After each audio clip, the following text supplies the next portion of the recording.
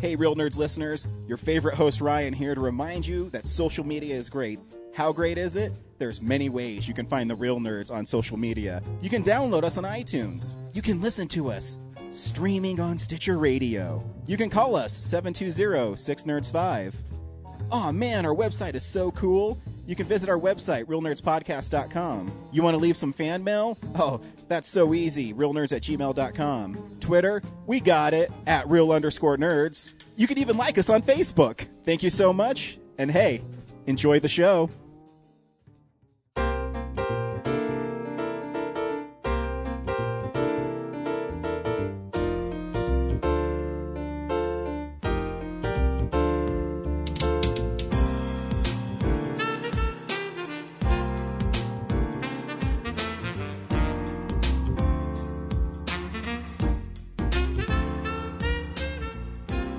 Welcome to Real Nerds at Denver Comic Con 2015. We hope you enjoy the following interview. Welcome to Real Nerds Podcast at Denver Comic Con 2015. What's really cool about Real Nerds Podcast is we can get tons of people on that are very special. And we have a very prolific author with us today. Sir, why don't you introduce yourself to our audience?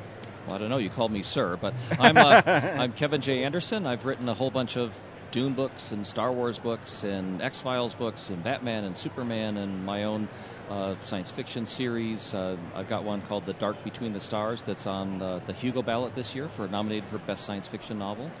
I've written a bunch of comic books. See, I can't even remember all of my stuff. I just do whatever the next deadline is. And I'm also the publisher of Wordfire Press, which is a medium-sized press here in Colorado, and we've got about 250 titles out, my own backlist, plus a lot of authors, Mike Resnick, Tracy Hickman, David Farland, Jody Lynn Nye, Mike Stackpole, lots of other author friends of mine, and we're bringing their books out. So you would say you're prolific and busy. Absolutely busy. People go, well, don't you have a real life? I go, yeah, it's writing. I have my imaginary friends. I spend all the time with them and do terrible things to them, I think. So take us through your writing process. How do you come up with ideas, and then how do you apply them to your stories? Well, the best inspiration for ideas, I find, is a signed contract and a deadline. And I have like 4 or 5 books in the works right now of different types. I've got a book called Navigators of Dune that I'm writing with Brian Herbert. That's the latest Dune book. I've got the 3rd book in my the trilogy that started with The Dark Between the Stars. So that's an 800-page book that I have to write in about 2 months because I'm going to Australia for a book signing tour, and I got to get it done before I go. I'm writing some comics. I've got a new book called Clockwork Lives that I wrote with Neil Peart, the drummer from Rush. So it's based on some of the Rush songs, and we wrote that one together. It's a steampunk fantasy adventure, and I just love it. It's one of my favorite books that I've ever written. And we're publishing about 5 books a month, so I'm working through all the production and working with authors and trying to get book reviews done. And it's also getting to be summer hiking season here in Colorado, and I look at the mountains and go, I really want to be out there. Well, not so much now. We've got about a foot of snow in the past 3 weeks, so that put that off by a little while. So how do you find time to do anything else like sleep? I didn't say I put that into my day. I sleep about 6 hours a day. That's kind of what I've settled into. But I try to multi-process because I love hiking, like I said. But I write my books when I've got a tape recorder or a digital recorder. So I go off on the trails in Colorado, and I'm walking along for 15 miles, and I'll write 6 chapters while I'm out. I'll dictate it instead of typing it. And then I edit on airplanes. I'm doing like 15 of these shows like Denver Comic Con this year.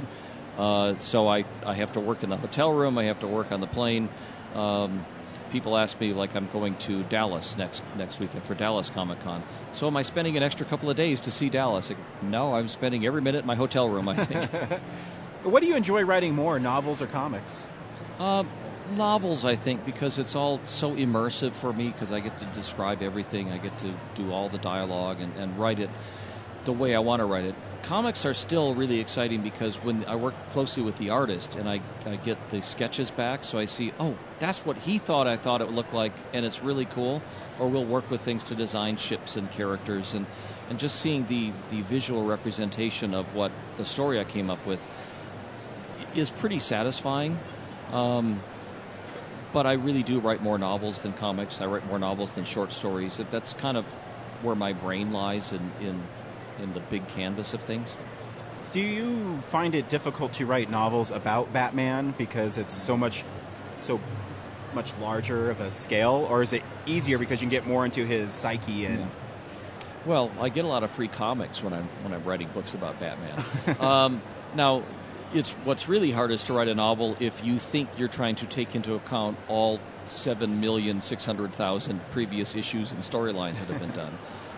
I did one book called Enemies and Allies, which is the first meeting of Batman and Superman in the 1950s during the Cold War. So it was kind of a standalone thing, and I just did a lot of background research. And I like to get into Batman's head and Superman's head, or Bruce Wayne's head, or Kal-El's head. As a fanboy, this sort of lets me play with the heroes that I grew up with, and I really have fun with it. Is Superman really hard to write for? I imagine him being the hardest character to write for in the medium. Well, he was at first, except I started to get to realize inside his mind that this is Kal-El, the guy that's from Krypton. He's an outsider, he's an alien, and he's got these amazing superpowers, and he can rescue people all the time. But what you really key into is that he's kind of like Pinocchio. He just wants to be a real normal person. He wants to be Clark Kent. He wants to be the small-town boy from Smallville. He doesn't really want to have the weight of the world on his shoulders and rescue everybody, but that falls to him because he's got the powers. He's not going to ignore these kids in a burning building. But what he really wants to be is a Clark Kent, a normal guy. But on the other hand, Bruce Wayne, I think, wants to really be Batman. What he really wants to be is to be in that suit and out bashing heads together and being a vigilante. And I've got a scene in Enemies and Allies where he's like down in the Batcave, he's trying to solve something, and he's got part of his bat suit on and he's working on things. But he has to go to a charity fundraiser and dress up in a tux and be Bruce Wayne. And Alfred comes down to get him, and Bruce Wayne thinks, okay, now it's time to put on my mask. Because the Bruce Wayne part is the fake part, but Batman is who he really is. And so, this is I can only talk about this stuff on a fanboy podcast. You can't do this at like a normal newspaper interview, right? Because they just glaze over. So this is cool. Thanks for Real Nerds. Oh, no, it's fascinating to me because I'm not the biggest Superman fan. And I think it's because he's been around so long and I think he's so difficult to write for. And I think it's a fascinating process when writers can get it right. Because, and that leads to my next question. So you're writing for DC, and do they have specific things they won't let you do with Superman or Batman, or do they let you kind of write your story and then look at it and say, well, he can't do this and he can't do that? Well, I'll be clear. The books that I wrote were I don't remember, like 8 years ago or so, and they've kind of canceled their book line, so I'm not working on the novels anymore. Yeah. But when I did write them, they were very good about, these are novels, they're kind of off in their own universe. That's one thing that comics does right. There's a million different fragmented universes, so this one belongs in this universe. And so they really left me alone. And one of the cool things was that the vice president of DC Comics is a huge fan of my Dune novels. So he read all the Dune novels, and when I pitched him a book called The Last Days of Krypton, which is a big science fiction story, it's the story of Jor-El and General Zod and Brainiac and all the stuff that happened on Krypton before it blew up. And Krypton blew up. That's a spoiler. I should have warned everybody. That's an 80-year-old spoiler. And a baby gets away at the end. Sorry. They kind of let me do whatever I wanted because this was a novel on my own, and I had street cred for science fiction, so they let me go. That's cool. So I'll now turn it to the other franchises. So Star Wars has such an expanded universe, and with that, is it more free reign where you can create characters, or, again, did they want to rein you in a little bit on what you do? Well, again, I was one of the first people with Timothy Zahn to write the expanded universe. So when we started writing, it was long before Episode 1, years after Return of the Jedi, so it was pretty much a wasteland. There was nothing going on in Star Wars. So we were given a lot of freedom to write and create all kinds of stuff, which now the other 100 and some authors have built upon. And now with Episode 7 coming out, Lucasfilm and Disney have sort of rebooted all that, so they've set all of those old books that I wrote, that Tim wrote, that they're off in their own universe called the Legends universe that they don't have to follow when they do the movies. They're not necessarily throwing it all away, but they're basically, we'll take from it if we want to, but it's not all canon anymore because we're going to make new movies, and I don't want to have to follow what 200 other books said before I start my first movie. I can't disagree with that. I would rather, of course, they made movies out of my books. But, Yeah. But I can picture like J.J. Abrams sitting down. You get to write episode 7, but you have to take into account all 200 other books. Some are great, some maybe not so great. Who knows what he thinks of them. No, he wants to write with his own freedom on it. And I mean, look, he blew up Vulcan and rebooted Star Trek. Yes. So let's see what we do with episode 7. That's one of those ones when you see that trailer with an audience that they just go crazy about, and it's such a cool. That'd be so cool to be a part of that. Do you still get that if someone knows you write Star Wars and they come up to you and have that same passion of your books? Oh, I mean, sometimes it's kind of heartwarming where I see it. In fact, it was at the previous Comic-Con that I went to down in Anaheim called WonderCon, that this guy, like a 30-year-old guy, came up to me with this battered old copy of my novel Jedi Search. And he had his 10-year-old son with him, and he comes up to me and says, Mr. Anderson, I need you to sign my book because my dad gave me this book when I was 10 years old to get me to read, and now I need you to sign this book for my son so I can give it to him to get him to read. And, you know, it doesn't get any better than that. That's a really great cool. story. I mean, that's got to be heartwarming as an author. So Dune is kind of a goofy thing if you don't understand it. Well, don't read book 13 without reading the rest of them. Yeah. So how do you wrap your head around a world like that where it's a little more, I don't know the right word to say. Well, fantastical. Dune was my favorite science fiction novel Really? of all time, long before I saw Star Wars, long before anything, and I found it very immersive and inspirational. I thought this was the best you could do in science fiction. The world building, the desert planet, the ecology, the politics, the religion, the economy, everything set up together. And I just loved it. And by working with Frank Herbert's son, based on a whole bunch of Frank Herbert's notes, we picked up that universe, and I think we're on book 14 now that we're working on, and we just expanded it. It's like the Star Wars universe, only a lot more. There's more politics and economics and ecology. There's a lot more questions that you can ask with it, and it just is really immersive to me. You can get into it, and I love telling those stories. And Brian Herbert and I are great friends, and we love working together. Very cool. So do you use those to help fuel your original works? I don't know how, like you write those as like so people recognize it's it. It's like my day job. Yeah, and then they recognize your name and they're able to pick up your other stuff as well. Does that help? It is certainly because of I've got millions of Star Wars books and millions of Dune books and X-Files books and everything. So if that's all they want to read, then great. But a lot of those readers like the Star Wars books or the Dune books, and so they'll notice my name and they'll pick up something else, and then they'll pick up something else. So there's a lot of like a halo effect that people will notice my works above maybe some other author that they haven't heard of. I've got a book, I mentioned it earlier, Clockwork Lives, and previously I did Clockwork Angels with the drummer from Rush. He's been a fan of mine because my first book was dedicated to one of their albums.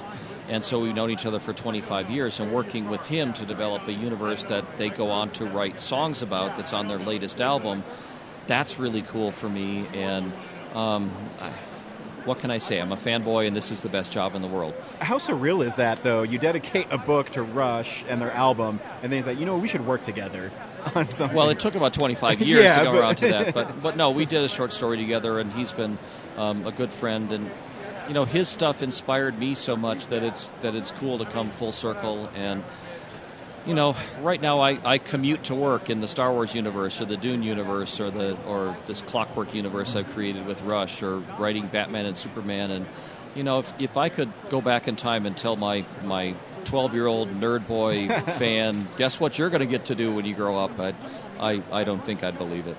That's just an amazing story. So so who's your favorite character then to write for? Do you have a favorite character that you... Oh, come on. It's like hello, who's your favorite kid? And throw them all out. It's the first one, always. It's the one I'm working on right now is probably the favorite one, because that's the one that I'm living with, spending all my time with. I mean, I'm this book called Eternity's Mine. That's the third book after The Dark Between the Stars. So I think I've got 34 point of view characters in that, 130 chapters, and they're all... It's like Game of Thrones with planets. Well, except I'm finishing mine. Yeah, right. So I'm spending a lot of time with those characters, and it's a different character for each chapter, so I'm basically able to go slumming through the entire universe and spend time with good guys and bad guys and competent people and screw-ups, and it's a slice of life in a whole galaxy, and right now that's what I'm in the middle of doing. Is it more fun to write bad guys or good guys? Oh, absolutely, the bad guys. Is it because you can go to a place you don't have to worry about and it's just a character? Well, the bad guys usually try to accomplish something. They want to take over the world. They want to wipe out this, or they want to change something. And the good guy is usually reactive. Mm-hmm. It's like, oh, the bad guy's here. I better fight him. No, that doesn't mean good guys can't be interesting, but just really the bad guy usually has some interesting scheme that you can get your head around. And I've got one other character that I really am fond of. I have a great time with him, where he's Dan Shambles' zombie PI. He's back from the dead and back on the case, so he solves crimes with vampires and ghosts and mummies and werewolves. And in fact, I got a short story collection now called Working Stiff with all of his cases in it. And one of the cases is set at a big pop culture cosplay con, where a 501st Stormtrooper is found dead with a stake driven through his heart, and the only witness is a Klingon. So we've got that whole thing that brings in all of my con experience that I've been going to con since I was 11 years old. So, I just draw from my real life, and I draw from my imagination, and again, I watch this stuff, I read this stuff, I read comics, I go to the movies, and that's all research, of course, for my job. Yeah. So how do we get your job then? You have to be a great writer, obviously. You start out when you're 11 years old. Gotcha. You never stop working. It's kind of like saying, gee, how do you get to be an Olympic ice skater? Well, if you're 45 and overweight and you never put on ice skates, it probably isn't going to happen. Yeah. And do you have a degree in English or writing, or do you just... my degree's in physics and Russian history. Is it really? So what made you an ideal candidate to be a science fiction writer? Just because you love it so much? Well, I love it. I got interests all over the place. I read history, I read fantasy, I read politics, I read novels, and I've got a science background. And if you want to be a writer and you go to school to get a writing degree, it's sort of like you want to be a chef and you buy a lot of cookbooks but no ingredients. I think if you got to write about stuff, you need to understand the way the universe works, whether it's science or history or psychology or sociology or politics or economics, and you got to know all that stuff. You can't just know how to write a cool sentence but not have anything to write about. And so I've spent a lot of time. I've been to 6 of the 7 continents. I've been in a hot air balloon. I've been on aircraft carriers. I've been. You try to experience all kinds of things that you can then bring to your work. That's like my favorite answer anyone's ever given me. I love that answer. Cool. Copyright Kevin J. Anderson. Yes, copyright. Where can we find you online and order books from you directly? Okay. Well, obviously there's the Amazon answer, but yes. Bookstores, you can go to any bookstore. If you go to a bookstore that doesn't have any of my books, because I've published 127 of them, then you need to find a better bookstore. Yeah, right? I've got my press is wordfirepress.com, so all that together. We've got a bunch of them. A lot of my backlist is there. A lot of my other titles are there. You can follow me on Twitter. It's the word the and then my initials KJA at the KJA. Find me on Facebook. Just search under my name. I've got like 3 different pages. You'll find one. And I could keep going, but again, I'm all over the social media. All over. I got a blog and I've got web pages and stuff. And find me and don't waste your time online reading Facebook. Read my books instead. Yeah. Get out and read, people. Yes. Thank you for taking time to talk to us. That's fascinating. And you have my favorite answer so far this con. I appreciate it. I'll try to remember it for somebody else then. All right. Great. Thanks a lot. Bye. By. Thank you for listening to this exclusive Real Nerds interview at Denver Comic Con 2015, and we'll see you next year. Visit our website, realnerdspodcast.com. You can tweet us at @real_nerds. You can email us even, realnerds@gmail.com. Like us on Facebook. Hey, stream us on Stitcher. You want to call us? 720-6nerds5. And download us on iTunes. Just search Real Nerds. Thank you, Joe Kempter, for the wonderful voiceover. And also Spark Mandrill for the wonderful late-night jazz smooth sounds of movies. You can find him on SoundCloud. This has been a Nebulous Visions production.